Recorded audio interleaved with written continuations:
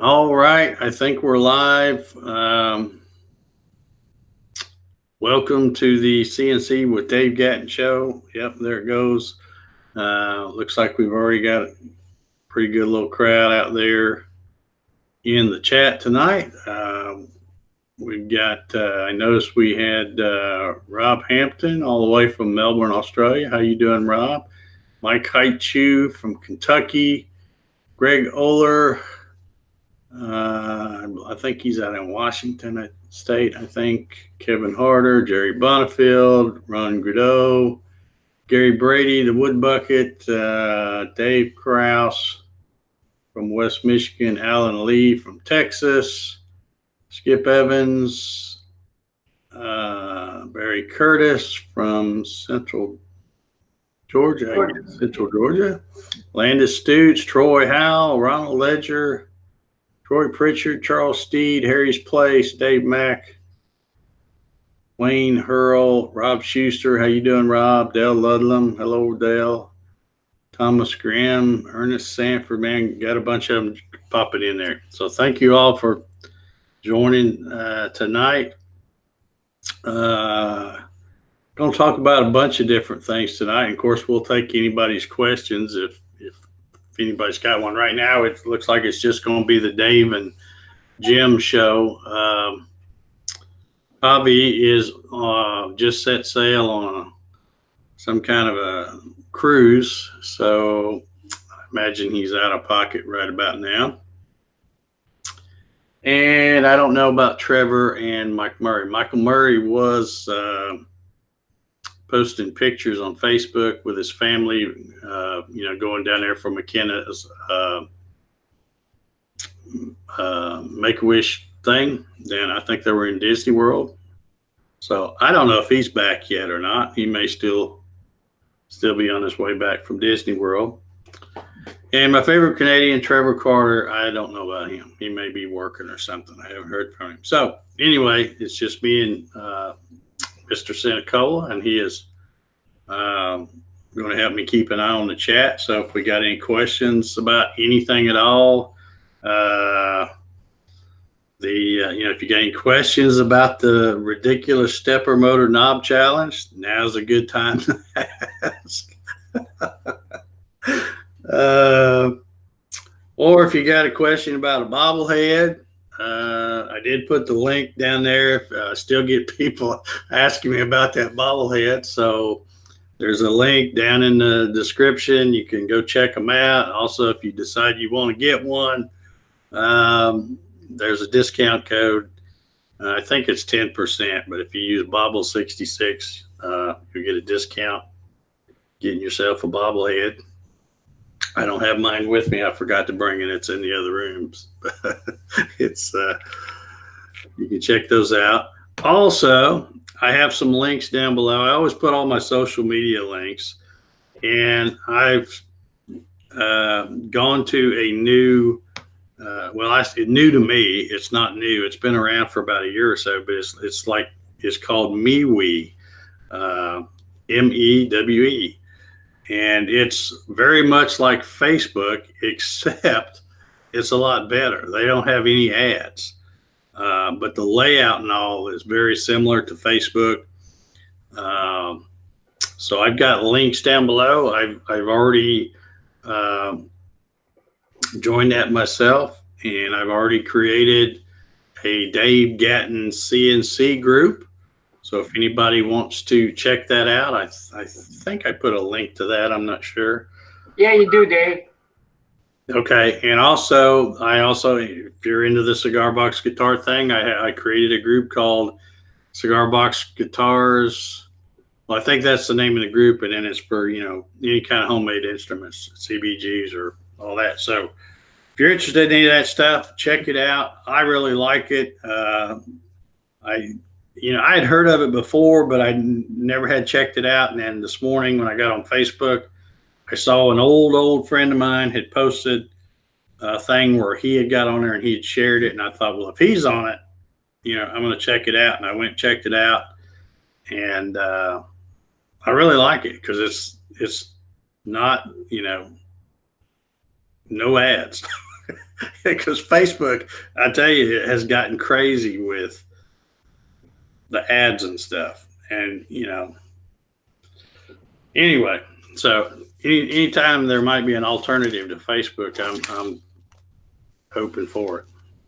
And Facebook probably won't be around one day. I know everybody probably thinks, they'll be around forever, but the people at MySpace used to say that too. So, and some of you out there are probably going, "What's MySpace?" But it was the next big thing before Facebook was around, and then Facebook kind of took it over. But anyhow, they all come and they all go. So I figure I would go ahead and get started with this other one, and so far I really like it. And I already have a bunch, because I shared my stuff, and there's a bunch of people that have already come over there as well. And they call them, instead of friend requests, it's like contact requests, which makes a whole lot more sense, because really, really when somebody says, "Hey, do you want to be my friend?" or they're really more of a contact, because you don't really know who they are. Especially, if somebody you haven't ever met or anything. So anyway, y'all check that out if you want. There's a link down there. I'm dipping my toe in the water and it's safe. So, so somebody today, I can't remember who it was, asked me if I got hacked, because they thought, because I had shared that link, they thought I'd been hacked or something. But anyway, okay, so we talked about that and that and that.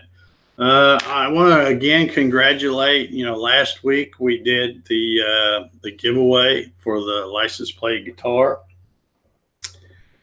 Joshua Durand, I'm not sure how you say his name. He was the winner of the guitar, and he had me. He wanted to swap out a plate, so he had grown up in Colorado or something, so I swapped it out, put a Colorado plate on there. And he had posted, I don't know if you saw it on Facebook, but he had posted like a video of him playing it and a picture of him when he get first, selfie with it and stuff. So evidently he was pretty happy with it. So congratulations again, Joshua. And while we're talking about giveaways, this will be the one that will be doing the giveaway on, let's see, what is it? 3.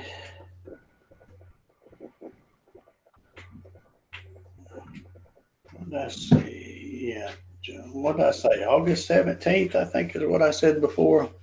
So it's like three weeks from today.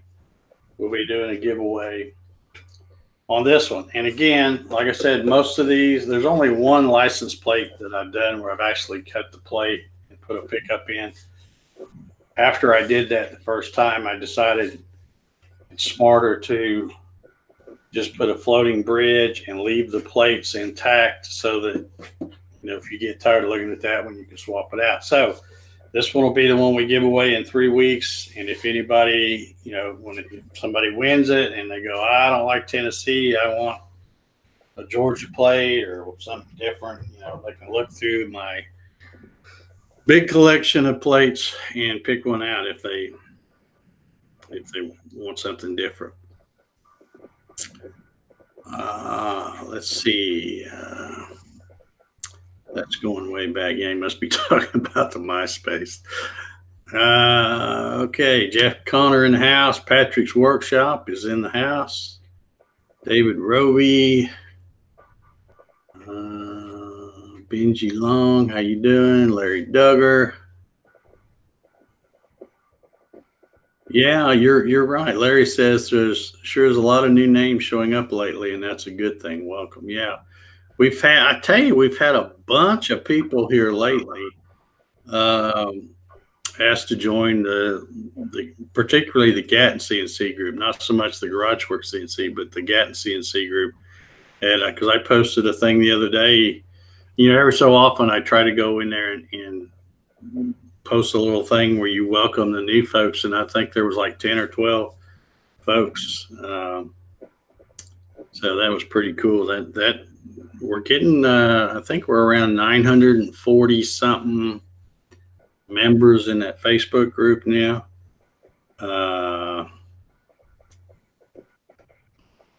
Yeah, getting close to 1,000 over there. So that's cool. Mark Lindsay, CNC, is in the house. Welcome, Mark. Joe Liddon's here. Let's see. Did I miss anybody? David Roby. I don't know if I said him before or not. Yeah, so I finally, I mentioned the challenge, the upcoming challenge, or actually it's going on now if anybody started, but it will end October 4th. $100 gift card, winner take all. And I did I announced that last week on this show, and then I did a video Monday, I think it was Monday, to talk about it a little bit. But okay, Mark says you and the Facebook group are getting a shout out in tomorrow's video, so there may be more. Okay, appreciate the shout out, Mark. And since we're shouting out, you want to give us a sneak peek in the chat of what my Sunday morning coffee video is what I'm gonna be watching. Mark, for those of you who may not know, Mark has his videos come out every Sunday at 0700 Eastern time. So that's about the time, I've got up and let the dogs out and getting my coffee. So I'm usually right there when the little phone chimes and says he's uploaded a new video.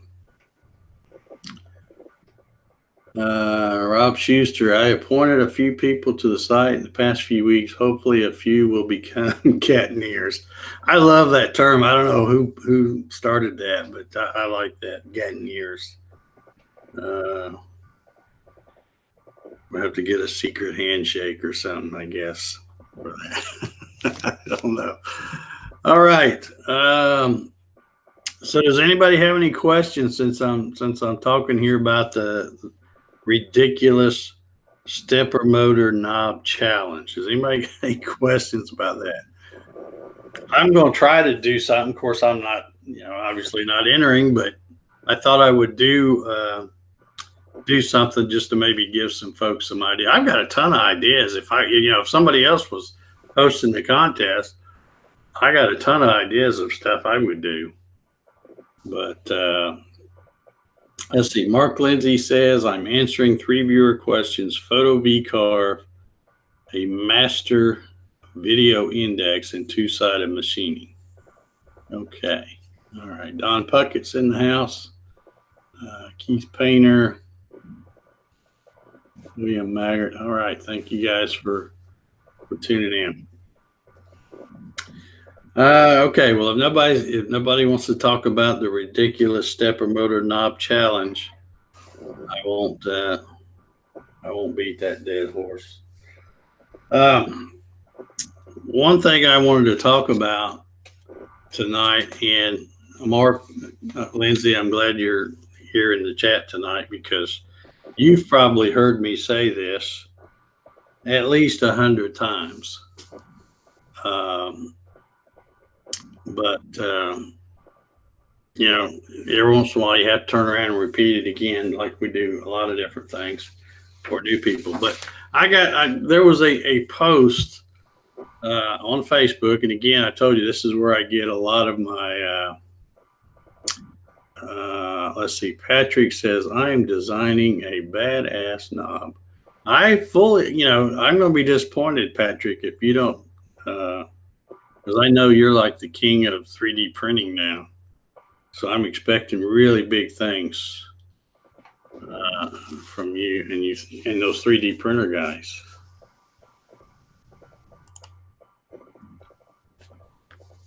So anyhow, all right. So anyway, there was a post a while back. I don't even remember. When I went back to try to find it, I had to scroll way back because that like I said, that group's got 900 and something folks in it now. So when somebody posts something, even though it might only be a few days later, you got to go way back to find it because people are posting pictures and all that kind of stuff. But anyway, I went back and I found it. And I'm not going to mention any names. I'm going to leave the names out to protect the innocent or guilty or whatever. But I'm just going to mention. But, you know, I see posts like this every so often. And I got to tell you, folks, it just drives me nuts sometimes. But here is the post. Somebody posts it and they say, "Hello, group. Have you got any ideas of what I need to do to stop the racking of my Gatton's Y-axis? I have hard stops to check it before each job, but lately it seems to rack during a job." Okay, now, of course, this person's not giving us a whole lot of information there, which anytime you pose a question to the group, the more information you can give, the better, because you got to remember, it may be a Gatton CNC. I mean, everybody uses different steppers, different controllers, not all of it's not the same, and that's one thing that's nice about the Gatton CNC is you can pick your own electronics. You can, there's a lot of things you can do to make it your own. So, but anyway, so that was a question. He's having a problem with the Y-axis racking, and the thing that drives me nuts here is the first three responses are talking about loose wire connections, wires that are shielded and grounded, a quality USB cable, blah, blah, blah, blah, blah. And that kind of thing drives me nuts because, and this is what Mark has probably heard me say a million times, 99.9% of the time, when you have an issue like that where you think it's losing steps, it's probably something mechanical. Most likely, this thing's slipping on the shaft of your stepper motor. Mark, like I said, we've talked about this on this show several times. I got no telling how many different times. Mark Lindsay did a video about 3 years ago, I think, talking about how you can take some of this stuff and you put, he called them slippage marks. I call them witness marks. You can call them alignment marks, whatever you want to call them. It's basically just a mark, and using this whiteout would show up real easy so you can tell if something has shifted. If you put it on the stepper motor and also on this coupler, in 2 seconds, just by looking at it, you can tell if it's slipping. So that is, one of the things that just drives me freaking nuts is when it's something that's so, you should at least eliminate the easiest thing to fix first. Mark Lindsay said, always check mechanical first, because that's 99% of the time, that's going to be what it is. I say that because if you were running it yesterday, you were running your machine yesterday and you have no problems, and you shut it down and you go in and you get up the next day and you come back out there and all of a sudden you got this problem, there are no, I've said this a million times too, there are no little gremlins that sneak into your computer at night and change your Mach 3 settings. If it worked yesterday, it'll work today. Always check mechanical stuff first. And like I said, I see posts like that all the time, and it drives me nuts when I see people starting to say, "Oh, well, you need to go check this, blah, blah, blah, blah."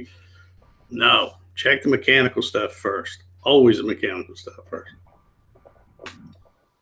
And then what really makes it worse is this guy, like I said, we get so many posts, that I'm sure by the time he got around to figuring out what the problem was, he didn't come back and post what it was. So that whole post now doesn't really help anybody, any other new people, because if they're reading it, they're like, well, I wonder what it was that solved it. Nobody knows. But anyway, so that's another thing. If you ask a question and people, try to help you solve it, please come back and put what you had to do to solve it.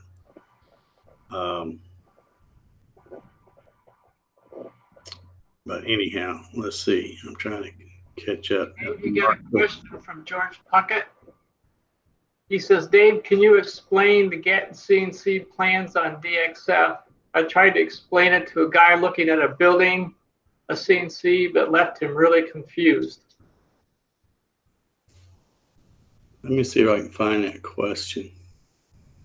It's about the eighth one up from the bottom. Can you explain the Gatton CNC plans on DXF? I tried to explain it to a guy looking at building a CNC, but left him really confused.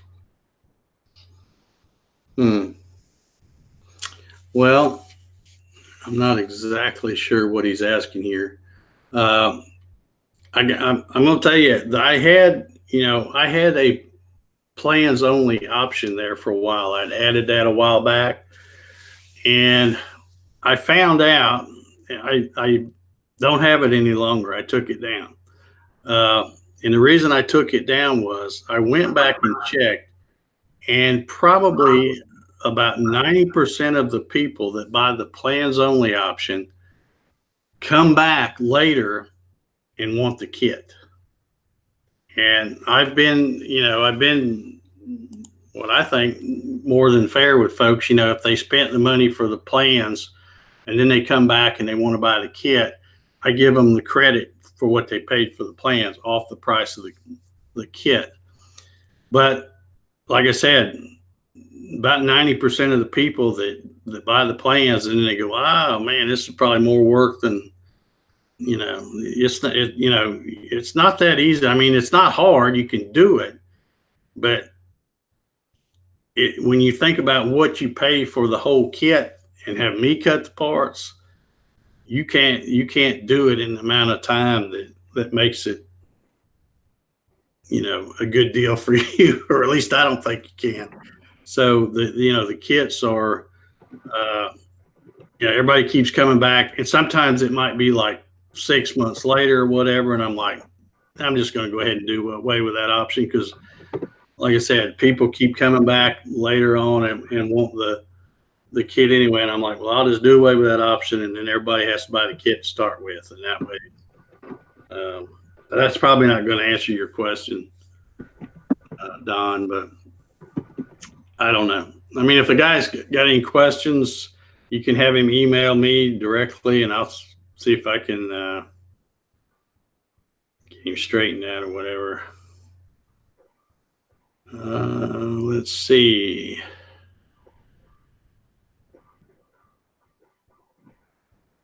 I guess there's just some conversation going on amongst themselves. All right. So anyway, so the topic that I had for tonight was kind of about the mystery of the lost steps, and I guess really what I'm saying is most of the time it's not really a mystery. It's you think it's losing steps, and it's not, because you probably got something slipping. In the case of the Z-axis, it could be, if you think you're losing steps there, it could be that, I mean, don't get me wrong, you could be missing steps, but usually if you can hear that if it misses steps. But on the Z-axis, the other things that might be where you think it's missing steps, but it's really not. Again, number one, the whatever I did with that thing, I don't even know what I did with it now. Anyway, the coupler. What did I do with that thing? I just had it. Man. Hey, Dave. Yes. Mark says if you send him a link, he'll come on. Okay. All right.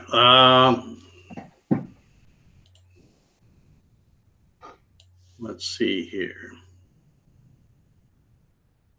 I don't have Facebook open, Mark, so hold on here.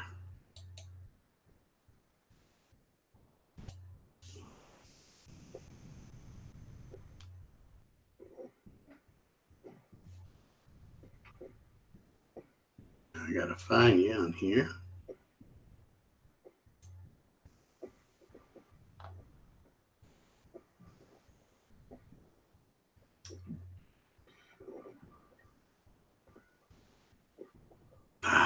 Where's this darn search thing?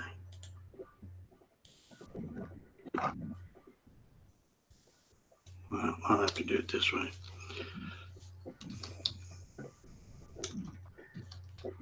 Well, there we go.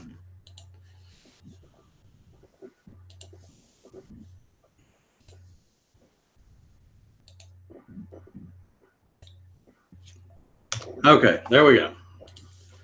So Mark should be joining us here shortly. All right, now back to the Z thing. So, and I swear I don't know. I just had that stupid thing in my hand. I don't know what I did with it. Oh, yes, I stuck it in the drawer.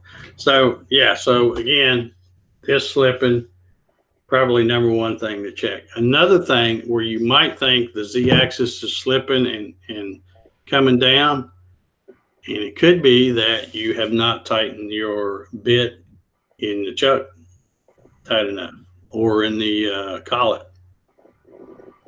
Yeah, not the chuck, the collet. Because I've had that happen myself, where I thought I got it tight, and I stuck it in there, snugged, and then I thought I'll come back tighten it, and then I went and did something else, come back, forgot to tighten it, and the bit will slip down. So that's something that you might think, oh, well, the Z must be dropping down. Well, it might just be just the bit. Again, the other thing is, yeah, Andrew says dirty collet. Yep. Another thing is, depending on how you have, if you got a router, if your router mount has got room to come down, I always used to like to put mine where when you put the router in the mount, it comes down to a stop, so it can't slip no more. But if if you've got it raised up a certain amount, and it could slip and slide down, and again, you might not, it's not enough where you're going to see it, but it can just, over time, as you're running the program, just start getting deeper and deeper and deeper, or maybe pushing up. So it's getting less the depth or whatever. So anyhow, so those are the kind of things. Now, getting back to the loose wiring and the stuff like that, if you go to jog an axis, and let's say you're wanting to jog your axis to the left, so you push the left arrow key and it goes to the left. Then you go to push it you want to go to the right, and you push the right arrow key and it goes to the left. That is definitely a connection issue. And most of the time, it's your parallel cable. A lot of those stupid things, they don't make them where you can screw them in where they'll stay. You just kind of have to push them on and hope they stay. So if that gets loose, again, it's not falling all the way off. It's where nothing works, but that will be it. If you just take it, push it on there good, then all of a sudden it'll go to the right, go back and forth both ways. Let's see, Greg Oler, somebody said, Keith Painter, love the laser, Dave. Thanks for sharing the link. Yeah, I have, I haven't, since I got, I had the first one and it fizzled out, and then I got a replacement and I used it just a little bit, and I haven't had a chance to use it any more than that. Because the stuff I've been doing with the laser, I've been using the other one out in the shop, which is my JTEC. Yeah, I love my JTEC. But all right, so we got Mark Lindsay, CNC, here in the house with us. Mark, what do you want to give your thoughts on lost steps? Yeah, you're the one that taught me that first of all, thank you for having me, Dave. I do appreciate it. And hi, everybody out there. You were the one that taught me that. Always check the mechanical first, because you're absolutely right. Settings don't change themselves. And if it worked yesterday, it should work today identically. But when this whole thing started up, I basically started emailing with Tim at Dumpster CNC and asked him if there was a torque value on those couplers. And he said he was going to do a little bit of R&D and figure it out, as he had started on it but never did it. And he came along, got back to me, and finally said an absolute maximum of about 9.5 inch-pounds. So I went and got a little deflecting beam torque wrench down to the Napa and got a little adapter for an Allen wrench, and I tightened those things to 9 inch-pounds, just like he said. And when I first got it assembled, it took about 3 or 4 sessions of going back and tightening. I'd run it for a project, and I'd go back before my next project, and I'd start it up. And I had to do that about 3 or 4 times, and it would snug up a little bit more each time. But after about the 3rd time of going around and snugging them up and making sure they were at 9 inch-pounds, I haven't had to touch them since. I'll still check them, but they're still nice and tight, and I have never had a problem. And that's almost 20 months later. Yeah, so, you know, I don't know what to say sometimes, because there's nothing magical about these hands. Right. But I don't have a torque wrench. I do the little, this one, then this one, this one, then this one. You know, I just snug them up, good and snug. Just, you know, probably not even an 1/8 of a turn at a time, just back and forth, back and forth. And I never have any problems with mine on any of my machines. I've got 3 machines that have the same coupling, same everything. Well, the main reason I'm bad, I don't even check them. The main reason I went ahead and I asked him if he had a torque value was because we had a spate there in the Gatton CNC group of people who had slipping couplers, or they had stripped out or cracked a coupler. So I said, well, let's end this once and for all. So I just asked him, is there a torque value that you want applied to these? And he said about 9, possibly 9.5 inch-pounds, but don't go to 10, because then you're in danger of stripping those threads.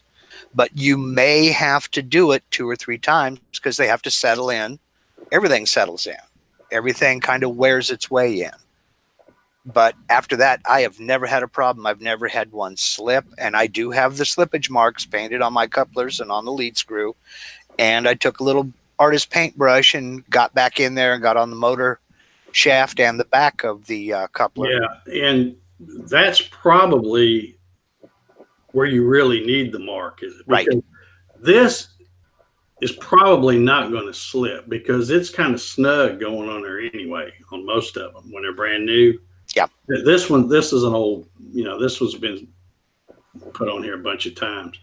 So, but, and at one time, from what I understand, because I've actually cracked one of these before, and that's probably where I screwed up, is by telling people to be careful not to over tighten, because you can crack them. Well, since then, yep. Tim has changed the design a little bit, and there's a lot more meat there.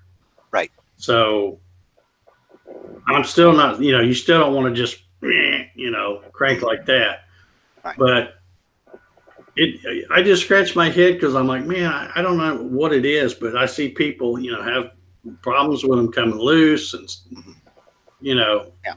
I don't know what to tell them, because I put mine on there one time, and I never check them again, and I've never had a problem. They don't come loose. So yeah, well, I check now. I don't run my. I just do a quick check sometimes before I start a job. If it's something that's, well, I won't even say if it's really critical, because usually I'll check it anyway. But instead of running it all the way up to the front stops, I just grab a tape measure real quick and throw it against the upright, and I, you know, look on this side and I look on the other side. If I got the same measurement, I know I'm good. So But yeah, it's just frustrating to me because I know how frustrating it is for that new person that's having problems. And then when they post a thing and people start sending them off on these wild goose chases, and that just drives me nuts. Always check the mechanical stuff first. Yep. The wiring stuff, and I'm not saying it won't go wrong, it will, but very, very rarely. If it worked yesterday, it's probably going to work today. It's probably going to work again tomorrow. Probably going to work next month. It's usually something mechanical. Right, 99 times out of 100.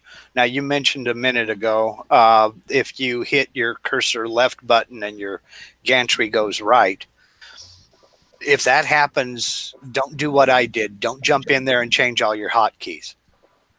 Hit the tab button. When you're in Mach 3, hit that tab button and open up the MPG screen and use those little arrows to move all your axes. And if you click on that x-axis right and it goes left, then you have a problem. You have a setting issue. You probably need to reverse the motor.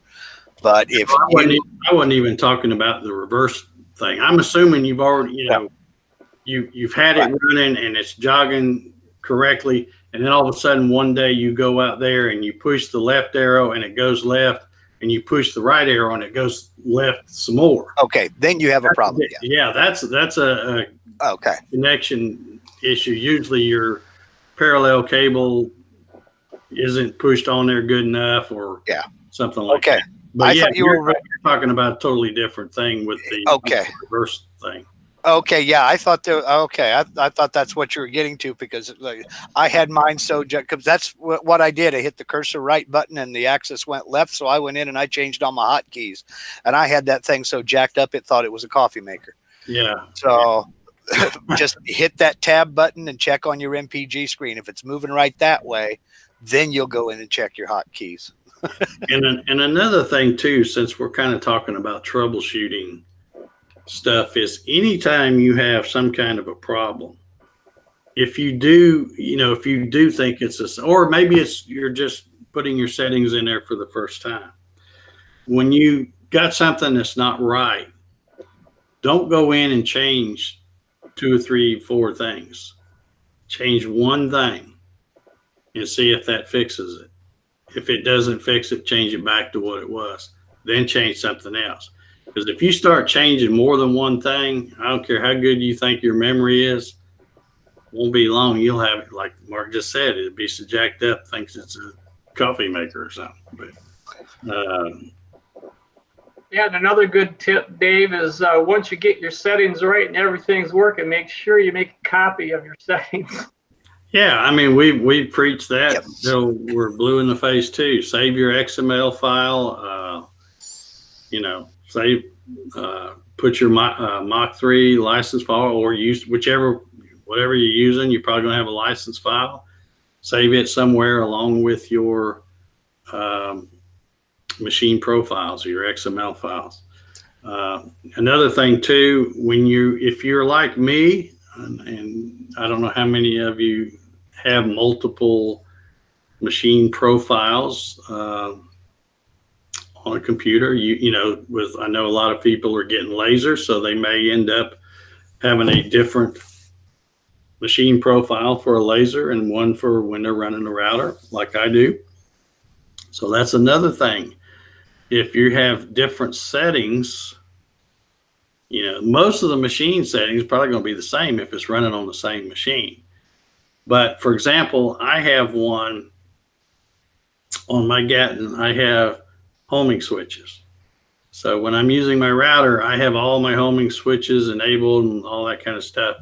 But when I set up my laser profile, I use the same laser profile out on my Gatton as I do for my GarageWorks. Well, on my GarageWorks, even though I have homing switches, I got tired of waiting for it to get, I don't need them. The stuff I'm doing with that laser, I can do it quicker without having to wait for it to go home and come back and all that. I just move it around, set to 0 and go.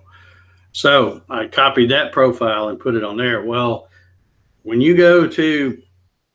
I go out to my Gatton now and I go to run the laser, I have to remember not to hit reference all home, because if I do, it's not going to hit any, it's not going to hit any homing switches because they're disabled. So that's another thing you have to be careful of, is when you're going to run a machine, if you got two different machine profiles, make sure you load the right one for what you're going to do. Because if you load the wrong one, then you're going, what the heck's wrong with this thing? It might be something as simple as, well, you just loaded the wrong one. And on a lot of mine, because I have used the same computer to test a lot of different machines that I built. I open up that Mach 3 loader and I've got, half a dozen or more machine profiles. So you just got to make sure when you're clicking, especially if you're using a touch screen, because that stuff's not very big, make sure you're hitting the right one. If I may, Dave, Peter Pasuelo did an excellent video on backing up Mach 3 and then reloading from that backup over on his channel, CNC Nuts. And I did it exactly the same way he did, because much like you, I've got one profile for the standard router and another profile for the rotary axis. So I just backed up the entire Mach 3 folder. And I've got that on two separate thumb drives. Yeah, that's a good point. I forgot about the rotary axis, because I have a different machine profile for that as well. So, and that gets kind of fun, because you're talking about being aware of which profile you're in, because I have to get it into position on the standard router profile, which will operate the Y-axis. Then I have to completely shut off Mach 3, load the new profile, switch a couple of cables. Then I can fire up the system again to run it in the rotary axis profile. So it's not only a completely different profile, it's a completely different screen set, everything. So yeah, you have to be mindful of what you're doing. And I never trust my memory. I have checklists for everything. I learned that in Army Aviation. I don't know nothing. I just work here. Write it down. Yeah.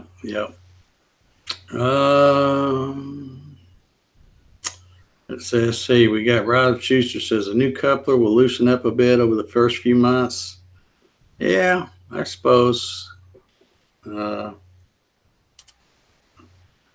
Especially if you don't get it tight enough. Like I said, I don't know what to tell y'all. I put mine on, I tighten them down, I never touch them again. Well, you have a fairly constant and consistent temperature there. I mean, I go everywhere from 112 degrees to 2 below zero here.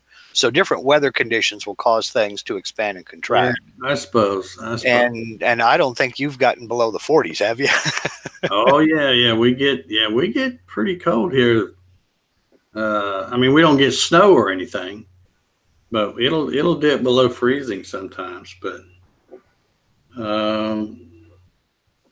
somebody says he's got a picture of settings with his phone. Well, that's one way to do it. That's not, if your phone dies, you're screwed. But it's just as easy to back up that XML file. I used to tell people that, though, if nothing else, take a screenshot of your settings, and save them somewhere, if you don't know how to save the XML file.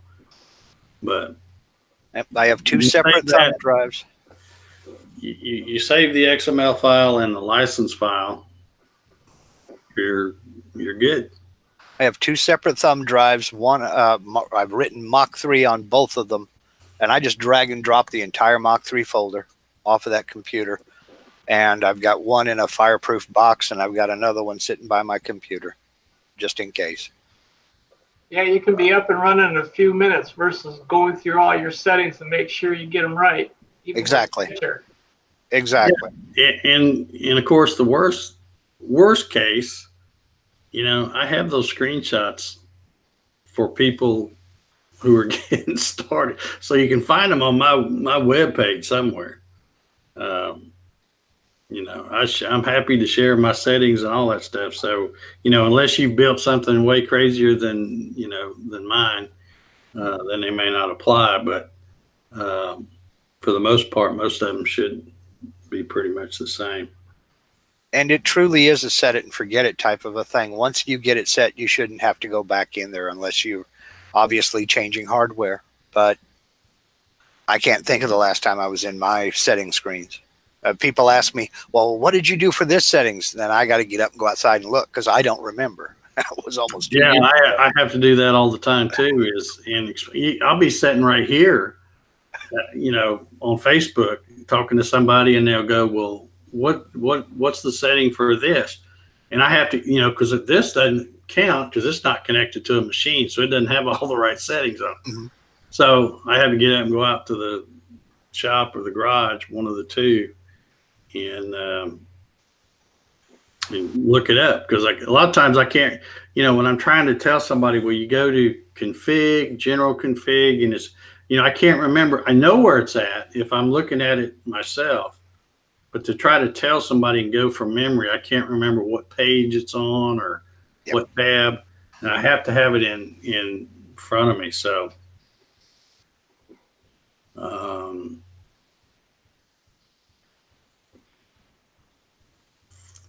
anyhow, well, I guess we beat that dead horse enough for a while. Like I said, once again, I'll say it again one last time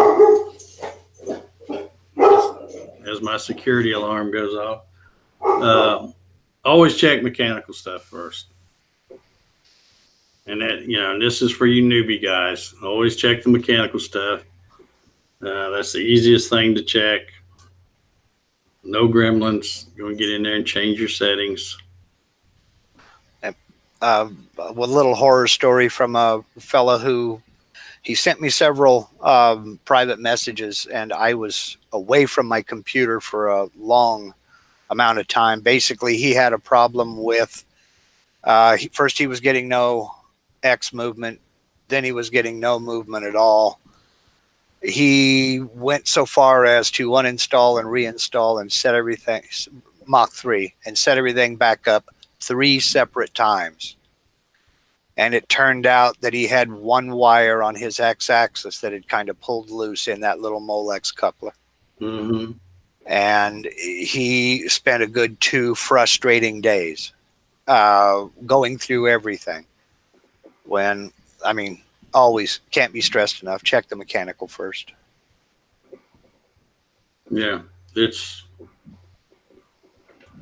Well, I had one when I first started with my Gatton, and my couplings were tight because you'd have to tweak them, for the first few times. But I forgot to mark the end of my bed, and I had a job that went just about a 1/4 inch past the back of the machine, and they actually pulled the coupler right off the motor. So it wasn't because it wasn't tight. It's just that I didn't have a physical or visual mark of where the end of my machine was. Yeah, I fixed that. Yeah, I was gonna say, I bet you do now. So there was enough torque in those motors that actually pulled the coupler off the end of the motor?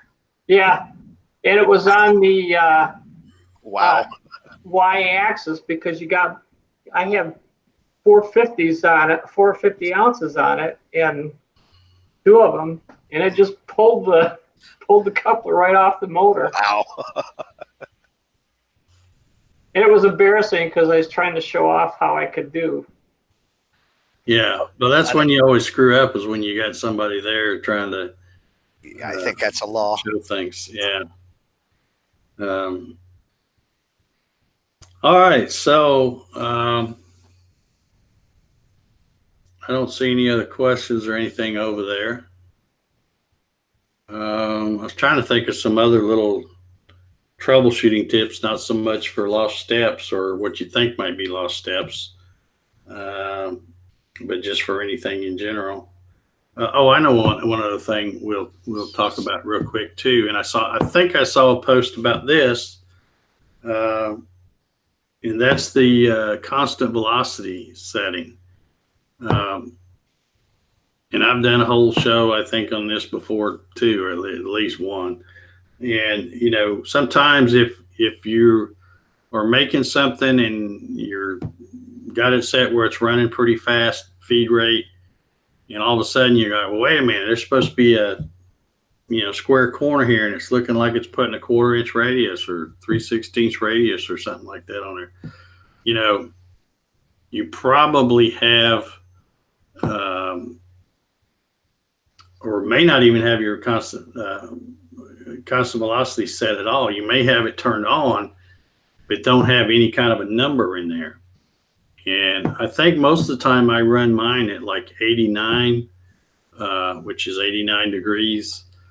And that works for most things. But if you're running something and it's supposed to have a square corner and you're getting rounded corners, first thing you can do is you can try to run it again and slow it about half the speed. Just slow it super slow.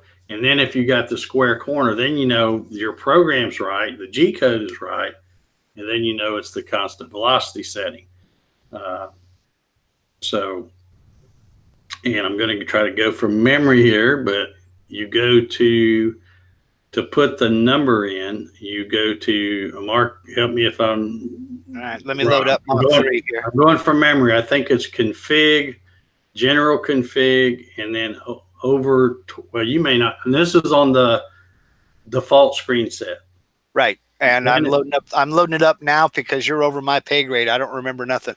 Okay, well, if you go to config, then general config, and then I think the constant velocity thing, the box where you put the number, yep, for the angle is over towards the lower right part of the screen. Right. It's not the bottom right corner box, but the one right up above it. If you got it up, Mark, can you screen share right quick and show? Oh, sure. Let me go back and find y'all. And there we go. All right. Yeah, it's you go up here to config and then general config, and it's right in here. CV control. Yeah, and see what, hold on, let me click on you so it won't keep moving when I talk. But right there is what I'm talking about. It says stop constant velocity on angles 89 degrees. Greater than 89 degrees. Right. So, you can try that. And if you can fudge that number some, you can set it for less than 89 if you want. But that's probably, you may have this little mark. Oh, heck, I'm moving my mouse like y'all can see it, but I'm not. But you may have the little check mark put in there, but you may not have anything put in that box. So that's another common thing I see is people, they run stuff and and they start off running slow and they go, man, this thing's working good. And then all of a sudden they go to run something and try to run it a little faster and they go, man, I'm getting rounded corners and it's supposed to be square in the vectoric, it looks good. So that's what it is, the constant velocity. Now, I always run the constant velocity on, because if you don't and you run it with exact stop, then it's just super slow going around every little thing. It kind of hesitates, and right, you'll get a good part, but it just it's just not practical to run it like that. The other thing is, after you click OK, come back up to config and hit save settings down here on the bottom. That writes it into the XML file, so it'll save that setting for your next session. So, yeah. But another quick thing to look for, and I find this to be most common when people they've downloaded a DXF file and imported it into VCarve. A lot of DXF files, those corners are not a round corner. They're a series of short straight line segments. You need to get in there and convert those to curves, make that a curve and not a bunch of line segments. That's real prevalent in DXF files. You'll find that a lot. Yeah, another thing too with DXF files, a lot of times when you bring them in, depending on the source of the DXF, it may not already be joined either. Right. It may be. So you try to run something, it may cut on the outside of the perimeter like you want on part of it, and all of a sudden it jumps to the inside part on the other. So what it is you've got 4 different lines instead of a continuous square. So another one that I'm finding more and more these days is 3D DXF files, and you don't know it's a 3D DXF file. So you import it into VCarve and you think it's just a square, for example. Well, it's actually a cube. So you've got those 4 vectors on a square, then you've got 4 more behind it.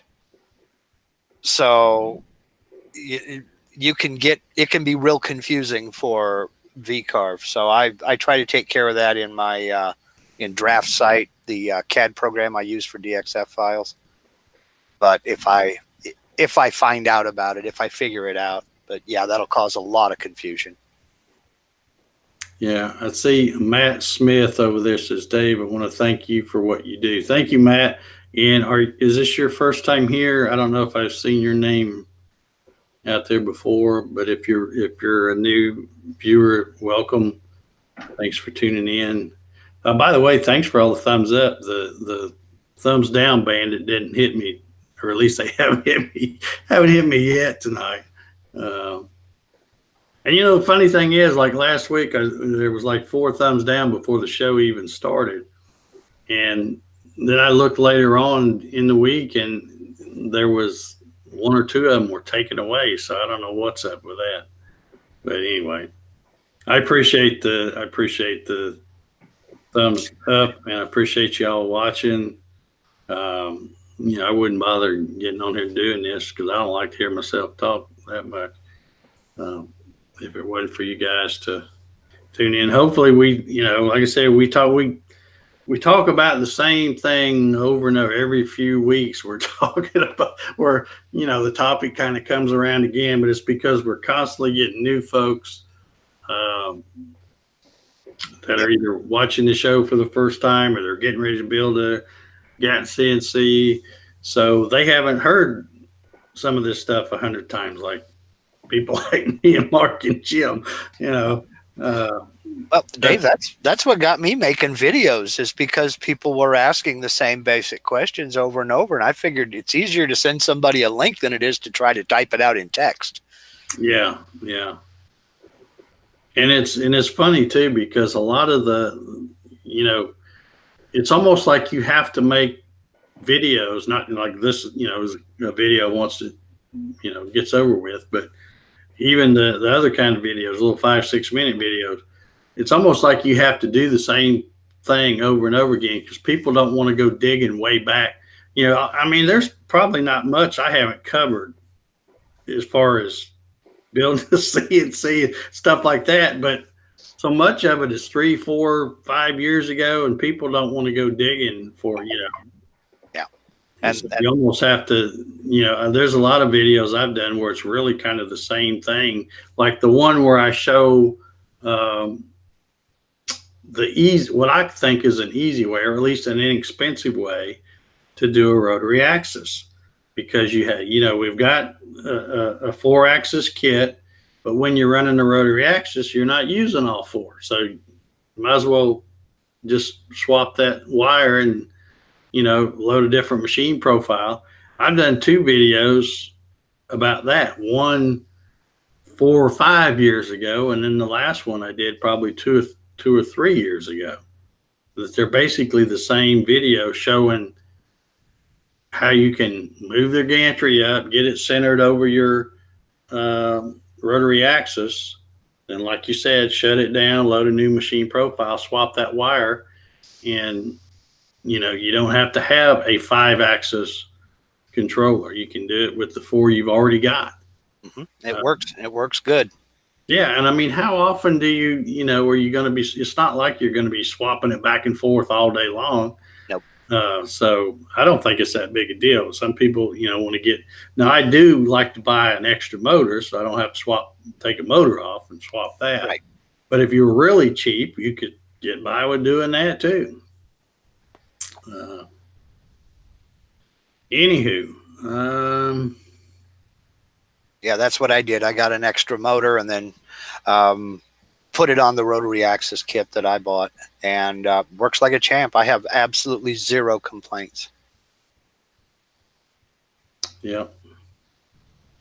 Let's see. Dave Clemens says, is that a question? No, I don't think it's a question. I'm getting ready to buy the ply for my table. Is oak, maple, or birch better than any other for this purpose, or any? Well, it's, it depends on the brand of the plywood, because the oak, maple, or birch, that's just the veneer. That really doesn't, if you're buying the same, like for example, if I go to buy Pure Bond plywood, which is what I use for the kits, they have oak, maple, and birch. Well, I don't buy oak just because I don't like the looks of it. I'm sorry, I'm not a fan of the oak. But the birch and the maple, it's 6 of one, half dozen of another, because the only difference is the veneer. That's what the birch and the maple is. It's that thin layer on the top and the bottom. All the stuff in between is probably the same stuff, whatever they're using for their filler layers. But get a good quality. Don't go buy some of that stuff that comes over on that slow boat from China. Exactly. And that's what I built. What the first shoestring budget CNC that I built out of inexpensive maple plywood that was on sale at the Orange Big Box store. And by the end, I didn't finish it, didn't do anything. Before winter was out, it was molding and mildewing, and it was delaminating. A lot of that shoestring budget build had a lot of cross dowels in it. And some of those parts were just Swiss cheese. There were so many voids in that plywood. If you can get Pure Bond plywood from the Orange Big Box, get it. That's a real good quality plywood. We can't get it here for some reason. So I went down to my local hardwood supplier and got a sheet of FAS cabinet grade plywood for roughly the same price to finish building all of the parts that I needed, my front panel, my rear panels for the gantry. But for the table itself, I used MDO board. I got a deal on a sheet of MDO board, and that's been working fine for me. Another good source of plywood is marine grade plywood, because there's absolutely no voids in it and the glue used is waterproof. I have come across marine plywood with voids in it, but it's rare. It doesn't happen quite as often as. Yeah, I like when companies say, "No, this is, no voids, 100% no void." You got a machine operator sitting there watching it, and that stuff goes.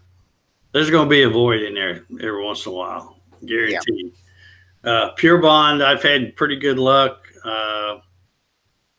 with their stuff. I mean, occasionally there's a void. Most of the time when I'm cutting these Gatton CNC kits and I run across a void, if it's a real small one and it's not going to affect the structural integrity, it's not going to hurt anything. But if it's on a part where, or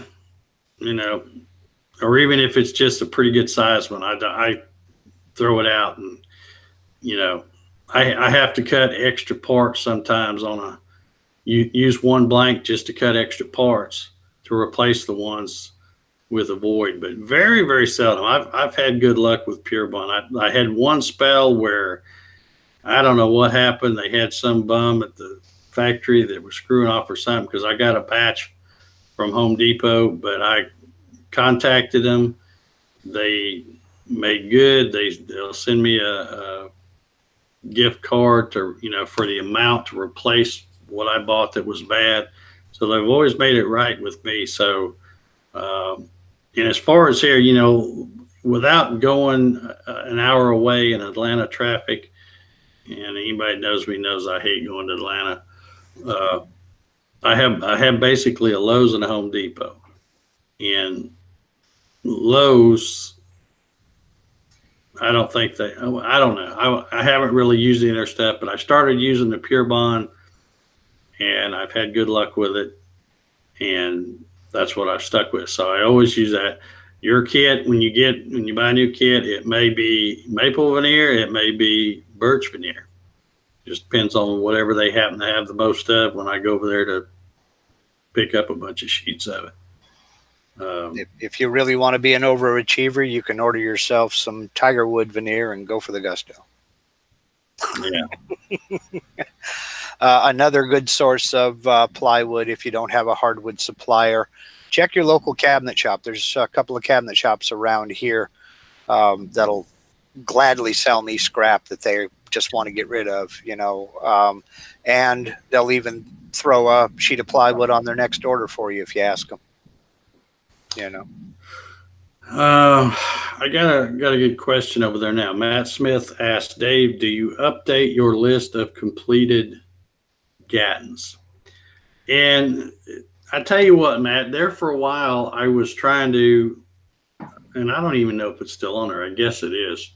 But on the website, I had a thing where you could click a little thing that says check to see if there's a Gatton CNC near you. And it, and I had, but two things. One, I try to respect people's privacy. So I'm not going to say Mark Lindsay's got one. I'll say Mark L from, Podunk, Oregon, or wherever it is he's from. West Dump Truck. Yeah. So I did that, and I haven't done it in a long time. And now I'm so far behind, it would just take me forever to try to get that up to date. Some people who originally got one, they've gotten rid of it and got a different machine. They get one of these things because, this is kind of, it's a hobby CNC, kind of getting them started. Well, then if they get in it and just really take off, they might go buy a new Laguna or something, So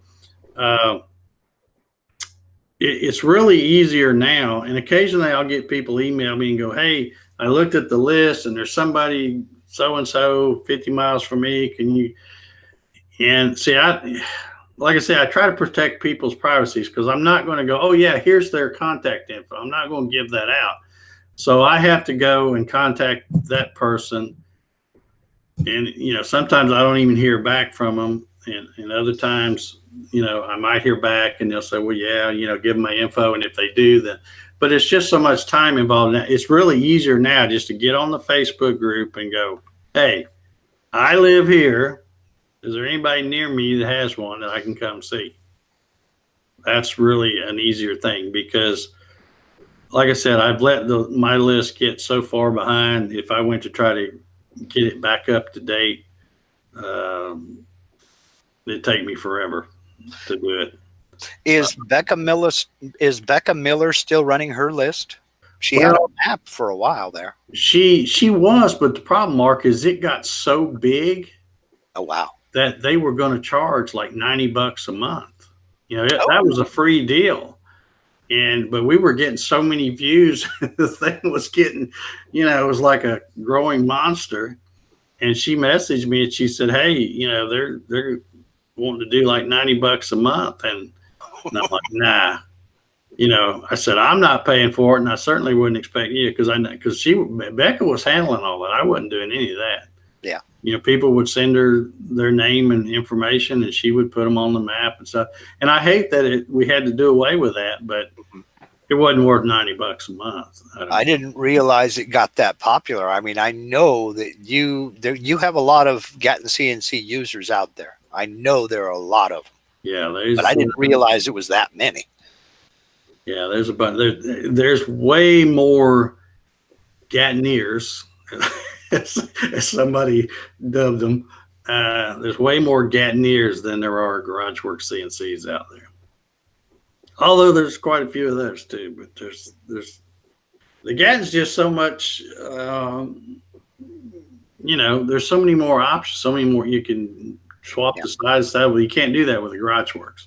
Yeah, you buy the size GarageWorks. It is what it is. But the Gatton, you can make the table wider. You can make it deeper. Yep. You can cut out the thing for a rotary axis. I mean, there's so many more options you can do with that, and it's just much more popular than the Garage Works.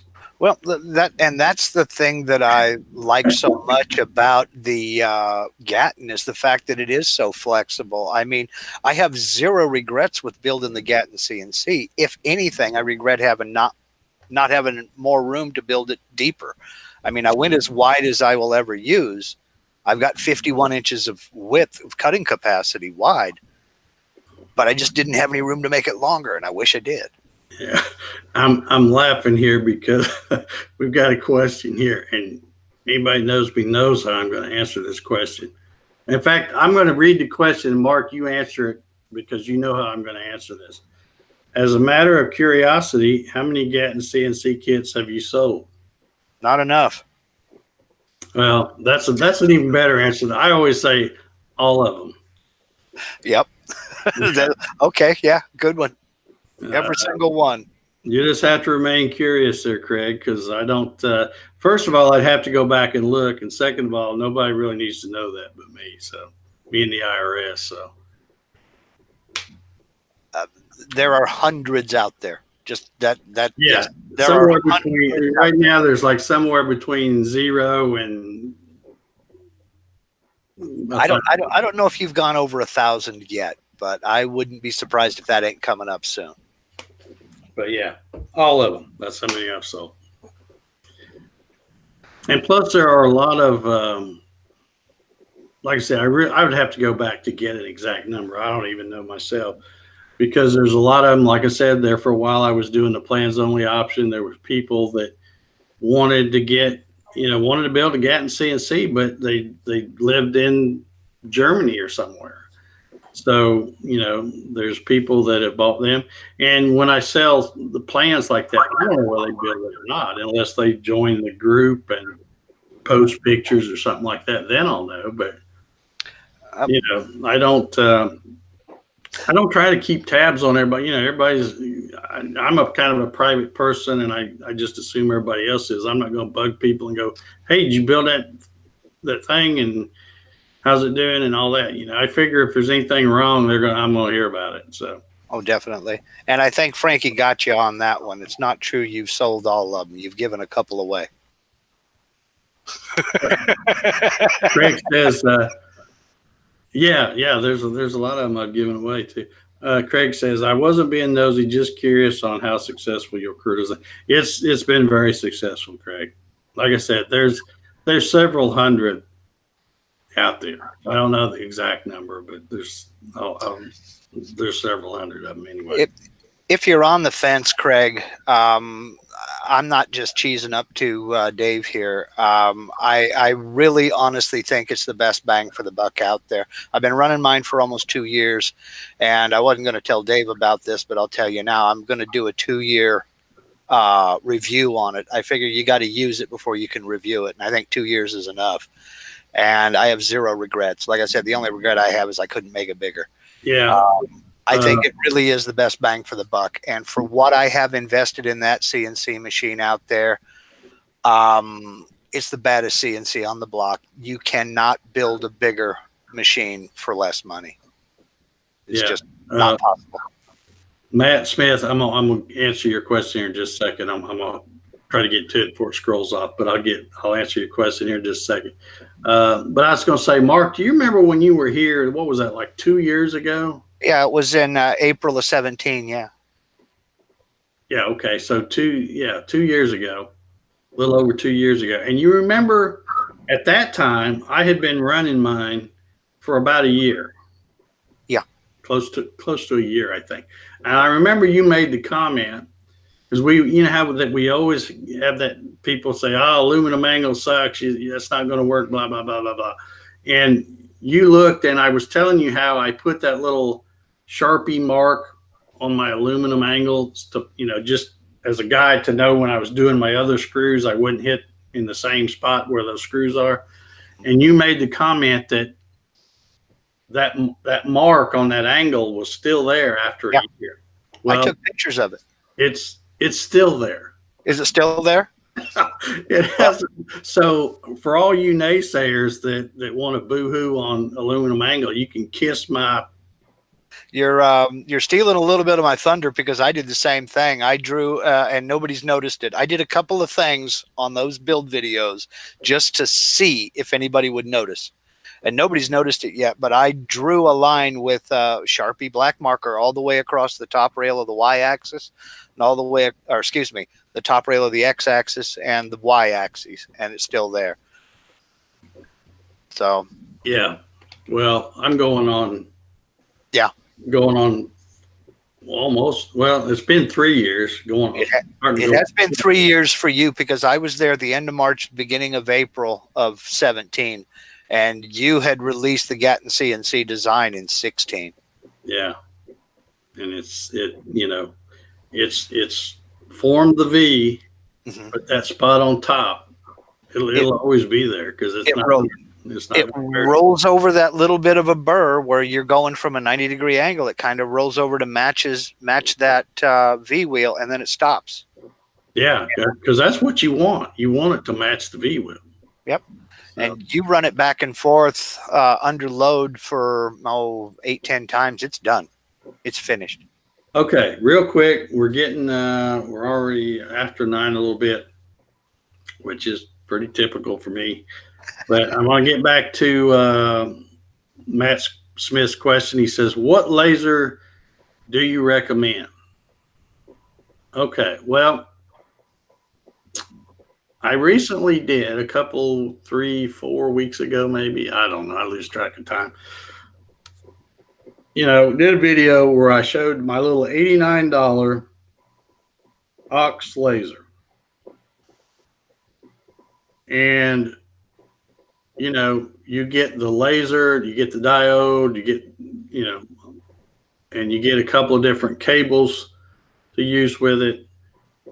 But you do have to supply your own power supply, which, they're $10-15, or most people have something laying around, an old phone charger or something that they can use as long as it's 12 volts. In this case, it had to be 12 volts.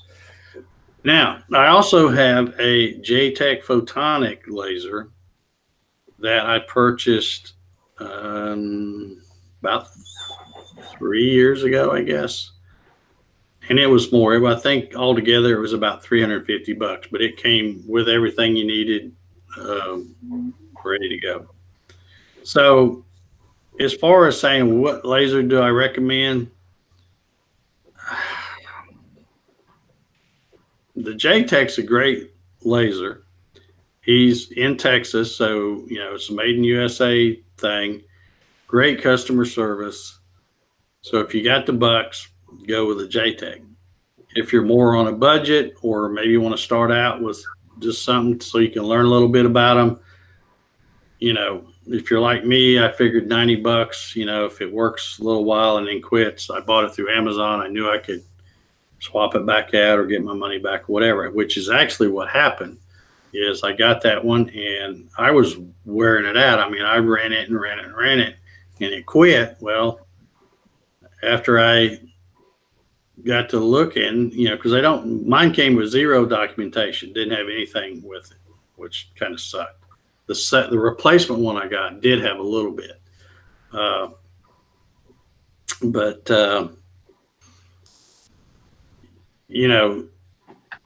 that's a good little laser, and it's $90. I've got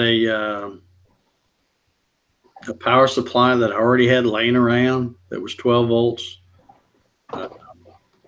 And that was no biggie. Oh, Jim's getting ready to show his. Okay.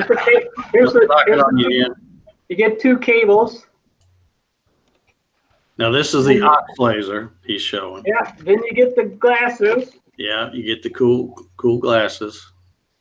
And then you get the laser. Now I bought the 3.5. That's the one I bought. All these Ox lasers have focusing, except for I think the 10 or something like that. Yeah, the 7 watt isn't focusable. Oops. Yep, that's exactly like mine. Okay, so it's got the little thing on the top, and when Dave was talking about the, I I'm not at home, so I don't have this mounted, but, you know, Dave has posted his DXF file for aluminum plate. He cuts aluminum on his Gatton CNC, so you don't have to be afraid of that. And if you go and look at Dave's Gatton CNC, I think, Dave, you posted the thing on there, right, for the plate? Yes, it's in the file section. There's some holes in the back, and Dave made a plate to fit a couple of these holes that you can bolt on your Z-axis, and then you can, you know, adjust it up and down. But that's all there is to it. Now, I did also I bought the 12-volt power supply because I just didn't want to do that. So I just bought a 12-volt. But if you have a 12-volt power supply from some old electronics, you're golden. Now, the only thing that Dave found out is that you can't run these more than an hour, a little bit over an hour at a time, and then you got to give it a rest.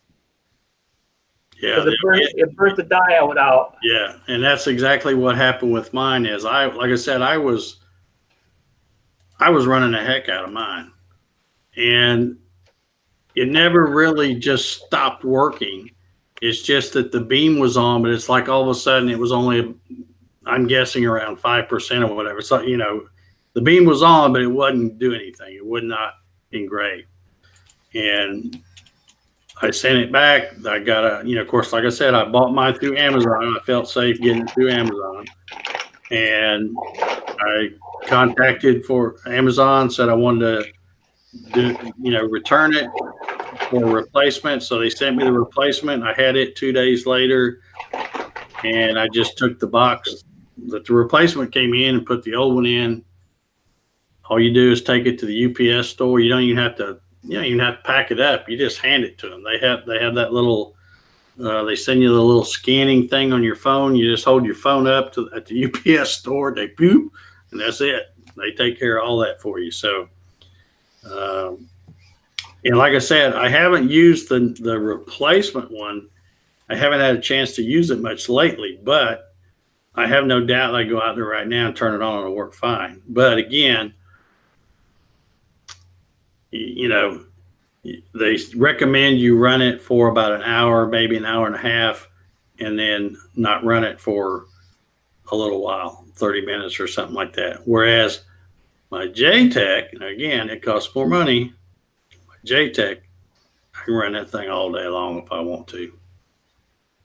I think, Dave, the difference is, but the new Ox laser, they have the same. It looks exactly the same, except it's orange. It's only $79 on Amazon now.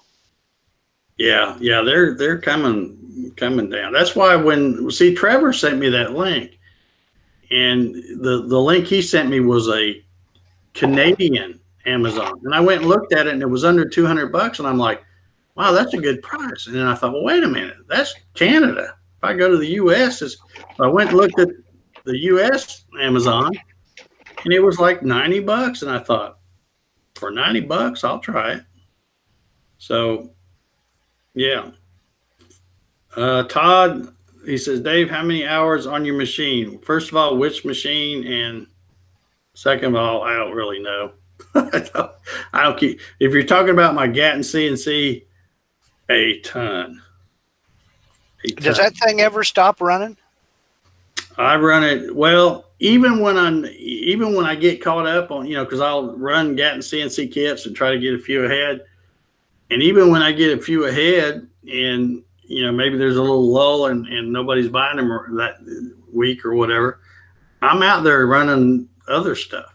Well, that's what I mean. Between guitar bodies and Gatton CNC kits, does it ever stop running? It runs pretty much every day. Pretty much. Well, except for the weekend. A lot, and a lot of times it runs on the weekend too. It just depends. But yeah, there's no telling. I don't know if I could even estimate how many hours that thing has, but it's. Well, I know Mark made a comment on somebody's post, Facebook. He said he was talking about my machine. He said, I seriously doubt anybody has more hours than Dave. No, ain't nobody. It ain't possible.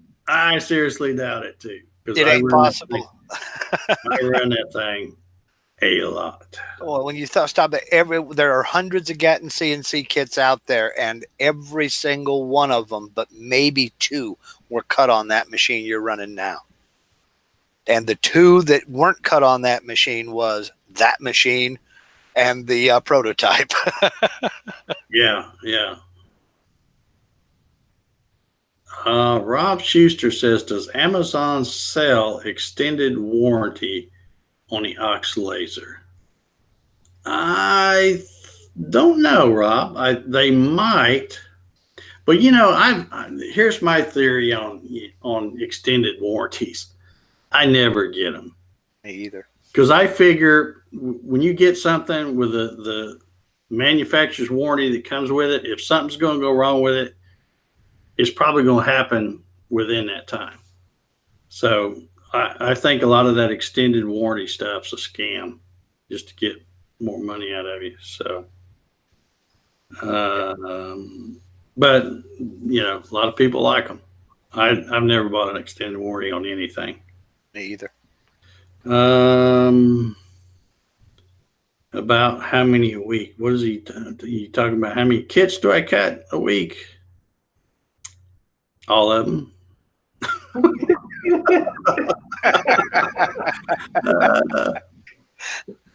Nice weasel job. Yeah. Not successful, but nice weasel job. Yeah. Let's see.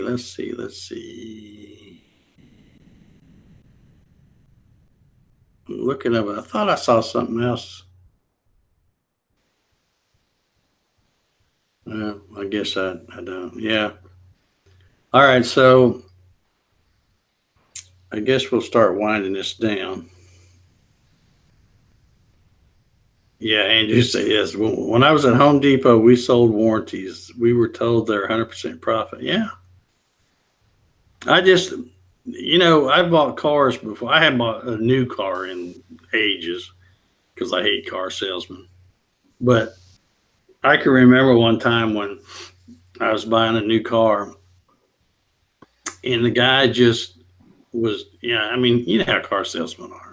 I hope you guys out there are car salesmen, but they rank right on there with lawyers and all that for me. But anyway, so I was talking to this car salesman. He's trying like crazy to get me to buy this extended warranty.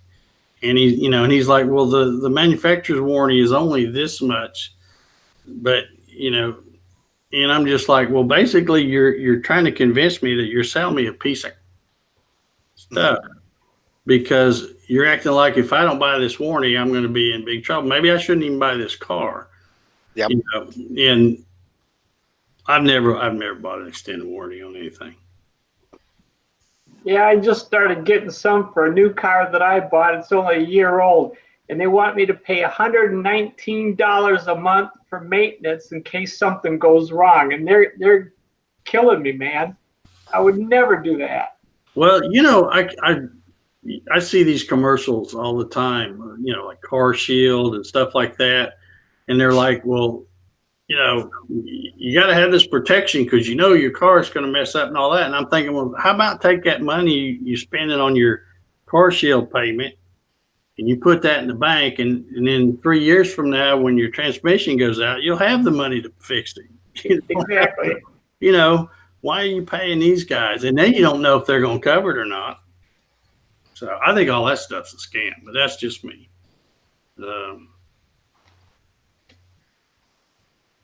Craig Blake says, I own a used car dealership. Oops.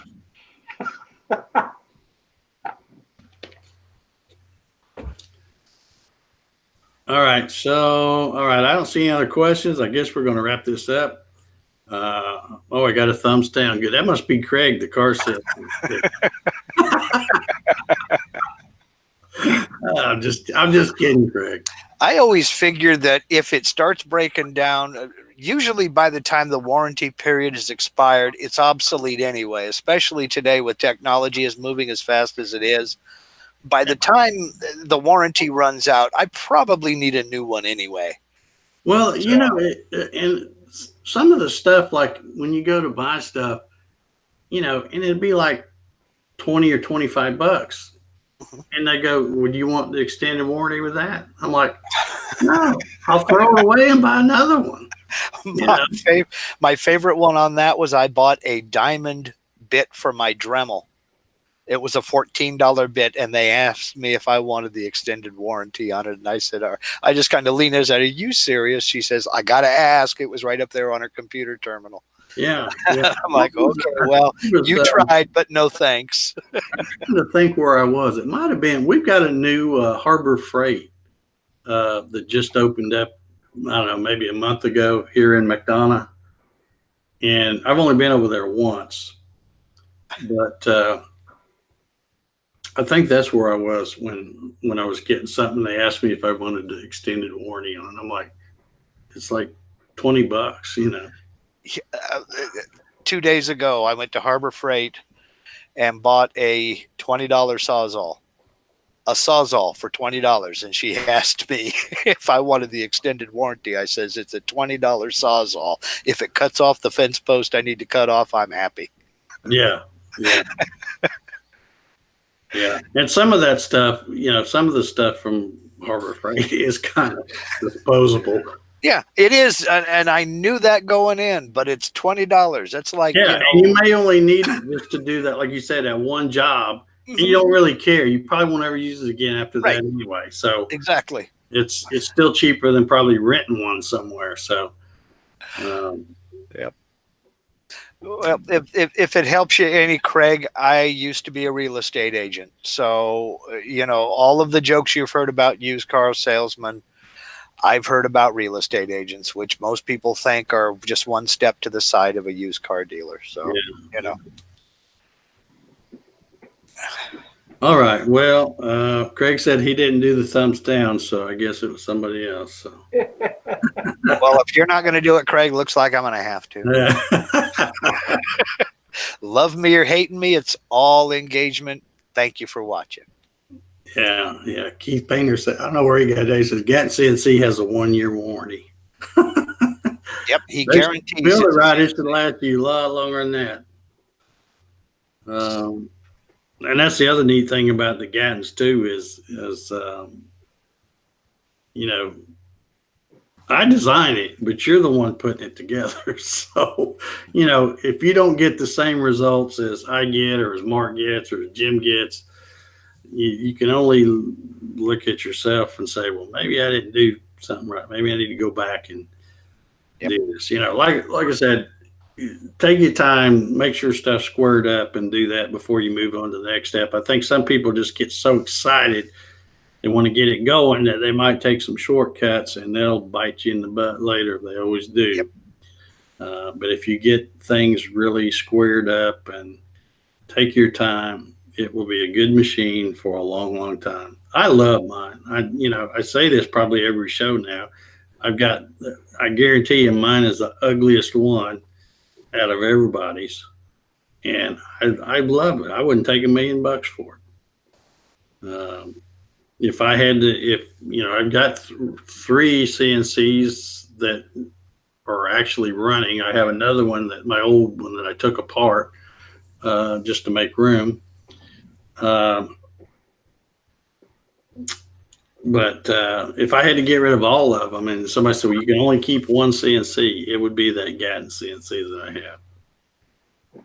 2 quick questions for you, Dave. Yeah. What is the difference between a 220 volt and 110 volt spindle? And the other one just got answered, orange aluminum, where to buy your T-track. Oh, well, he says, what's a good source for aluminum angle? You can get it from McMaster Car. You can get it. There's other places online you can get. I mean, you can look on Amazon and you'll find it. Just depends on what kind of length you're going to need, And go for the 6061. It is worth it. Go for the 6061. You get soft aluminum, you're going to have a problem. Don't get the other softer stuff. Get the 6061, which is probably what it's going to be anyway when you go to buy it. the difference between the 220 and the 110, the 110 is just, it's 110, just like a router. The spindle is 220. It's 3-phase. So it does a much better job of maintaining the RPM that you set. Whereas the 110 would probably struggle a little bit. Just like a router, when you put a router under a load, you can hear it slow down. I think the 110's like rated about 1.5 horsepower, and the 220 it's higher. Well, it depends on the kit. You can get a 1.5 kilowatt or a 2.2 kilowatt or a 3 point something, and they're all 220. But you can get a 110 in those as well. But I mean, it just depends on if you don't have 220 run in your shop and you want to run a spindle, then you could get a 110. I knew I didn't have 220 running my garage when I did it, but I have a good buddy right around the corner who's an electrician, so he hooked me up. He's my buddy Jim. I talk about him every once in a while. He's the one I give all my every time I do a Gatton CNC bill, I build one, I give it to him. He got the shoestring budget one. He got one of those for helping me wire my shop, and we swap out stuff. So the only reason I haven't done, and he goes, I want a CNC, and I'm like, well, we can do that. So the only reason I haven't got a spindle on mine right now is because I don't have 220, and I would prefer to have 220 volt for the spindle for just the reasons that you mentioned. With that 220 volt 3-phase, it will vary the way it runs. I mean, if it feels a heavy pocket, it will actually apply more power through that VFD to get it to power through that material. I don't know about a 110 volt, but and I know there are 110 volt 2.2 kilowatt spindles out there. I've seen them, but the only reason I haven't gone with the spindle is because I just don't have 220 out in my shed shop, and believe me, 220 is in the works for the new shed. Believe me, there's a couple other tools I'm going to buy that are 220 volt. Yep. All right, man. I appreciate you guys. We got 41 thumbs up. I appreciate it. Still only got that 1 thumbs down. So good deal. Andrew, as I said, he shed. Not Cheryl she shed, but a he shed. Nope, shed shop. Yeah. I was going to call it the shed quarters, but somebody beat me to it. Oh, yeah. All right. Well, I don't see any other questions. We've covered a bunch of different topics tonight. But, final thought, hit the mechanical stuff first. God, I've said that so many times. And also for you new guys, if there's any, I see a lot of names out there I know that are not new guys, but I'll say this again too, and I hope I don't make anybody mad. I'm not trying to hurt anybody's feelings, so please don't get butt hurt if I hurt your feelings. But if you're a new guy and you're in the Gatton CNC Facebook group and you post a question, no matter what it is, don't assume that the first person that responds to your question knows what they're talking about. And I say that because, people try to help. They really mean well and they try to help. But that person may be new too. And he may not know much. So, if you hang around the group long enough, you'll know the guys that are a bit like Mark and, Michael Chipsers, Jeremiah Brown, guys that have had these things for a long time. They know. And a lot of other people do too. I'm not trying to leave anybody out, but I'm just saying that You know, I have seen people that, I mean, I've seen people answer questions and I'm like, I don't think he even has a Gatton. You know, I'd have to go check my records, but I don't think, you know, I don't think he even has one.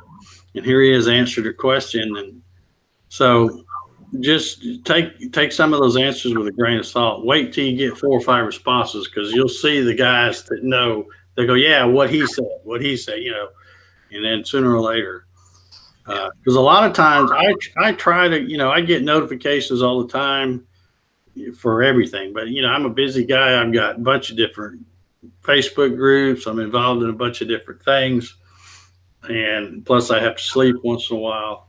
Um, so a lot of times, if somebody posts a question late at night, I may not see it until the next morning, and by then, you know, there may be a half a dozen people that's responded.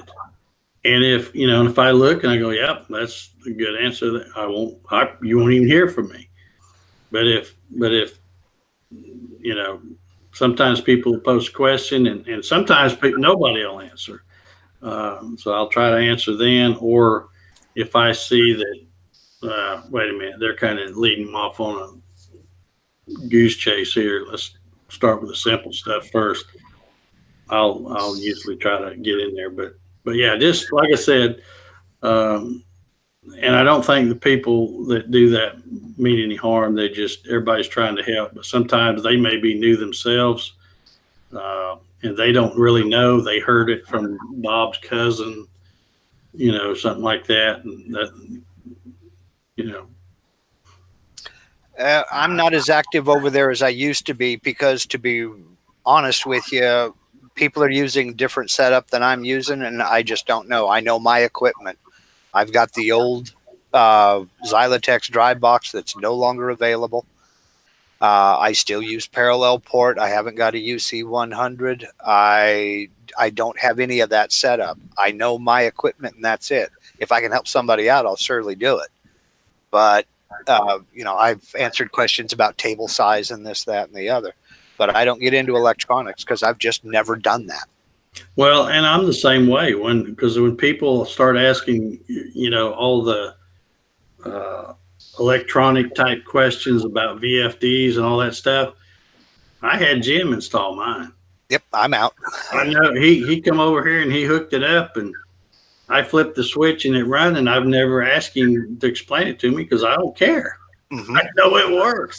That's right. So I don't try to, you know, now if somebody wants to know the parameter settings, I'm happy to share my settings, because on the VFD, because I can, you know, I can go through and give you every one that I have, and if you've got the same thing that I've got, it should work for you. So I can do that, but I'm not going to try to get any kind of technical stuff on stuff I don't know about. I leave that to the other guys that right. know. That's right. That's why they get the big money. That's above my pay grade. Yeah, I've never been a big fan of, as Mark well knows, because you know, this whole thing, if I hadn't have found the plug and play kit, I probably wouldn't be sitting here now doing this. Oh, for sure. I mean, you introduced me to the plug and play Xylatex drive box. I never doubted that I could build the structure. I just don't have a head for electronics. I don't know what I'm doing. Yeah. But when I first started selling the old metal sidewinders, way back before most of y'all even knew me, I was buying stuff from Jeff at Xylatex, but all he sold was a parts kit. You got stepper motors, you got a power supply, you got, I mean, you didn't get an enclosure back when I first started. And I would buy all that stuff, and I found a place in Florida. I don't even remember the name of them now, but they sold a white plastic thing almost exactly like what he used there for a while. And I would get them and I would drill the holes for the fan, and you know, and it was such a pain in the butt to do that. And then it got to the point where once I started selling them and sales started picking up, I'm like, man, I can't keep up. I can't be doing all this wiring, power supplies, and you know, all this kind of stuff. So then, fortunately, just as luck would have it, Jeff started offering. He still offered that kind of kit with just parts, but then he offered a complete turnkey thing, and it was about $100 more than buying the other parts. And I'm like, Worth it. $100 is well worth it. So I started buying that. Well, soon after that, he quit selling the other one with just the parts, where that's all he would sell is the plug and play. And so, I mean, it all just kind of fell into place perfectly, because when I did the, the shoestring thing, the whole thing for that series was, take people who don't know squat about, you don't even know how to spell CNC, and they can build one, and they don't have to know about electronics either. They just buy this, plug it in, boom, color coded. There you go. And I'm the poster boy, because without you following you in that series, and if I wasn't one of the first people, if I wasn't the first one to order those plans when you released them, I was in the top 5, because I was on that so fast. I think, my grandkids were born dizzy, but if it wasn't for that, there's no way. I'd never been in the same building with the CNC before. And I am firmly riding your coattails on this. So, yeah, this, well, now, it's been a few years, and I still don't like the electronic side of it. There's guys that just live for that stuff, and more power to them. That's not my thing. It's never been my thing. I've always been a mechanical type guy. Yeah, same here. But I do know enough now that I would not be uncomfortable buying a kit from Steppers Online or whatever.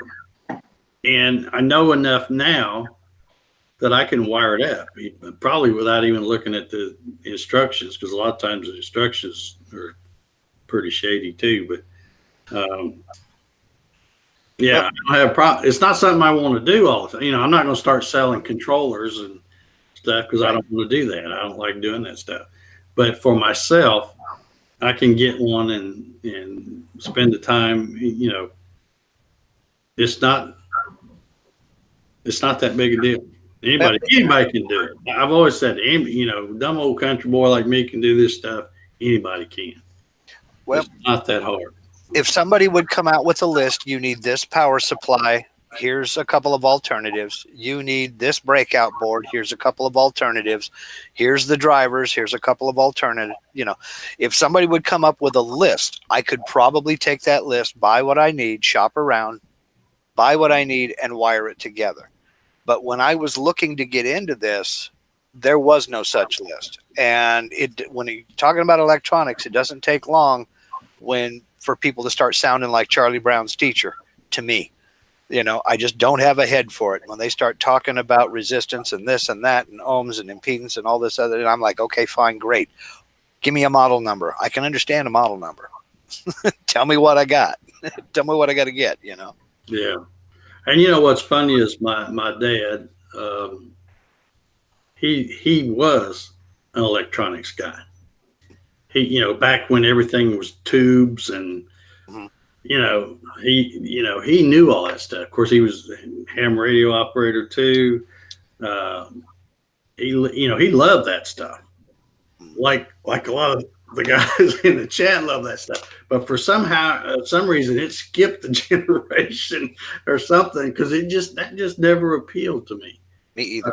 Although I am a ham, because y'all seen my video back when I did the thing about that. I am the same call letters as my dad, just because I wanted to do that. So I did learn enough to pass that test to get the ham license, so that I could be W9SYI. So that when you look in the directory or whatever it is, W9SYI will still have Dave Gatton, because that was my dad's name too. So, but anyway, but yeah, it's funny how my dad lived for that stuff, and I just, because back then I needed something worked on, I just give it to my dad, there, But anyhow, we're just rambling on here now. we're going to get out of here, guys. It's almost 10 o'clock. I appreciate you hanging in there. Let me know if anybody got any questions about the ridiculous stepper motor knob challenge. I still think that's going to be fun. I hope we get some interest. We may not get, but like I said, it's $100 gift card, winner take all. So surely somebody will do it just for $100. I'm engineering mine right now. I've about got it worked out in my brain. Now I got to get to cutting and see if it'll actually work. Yeah.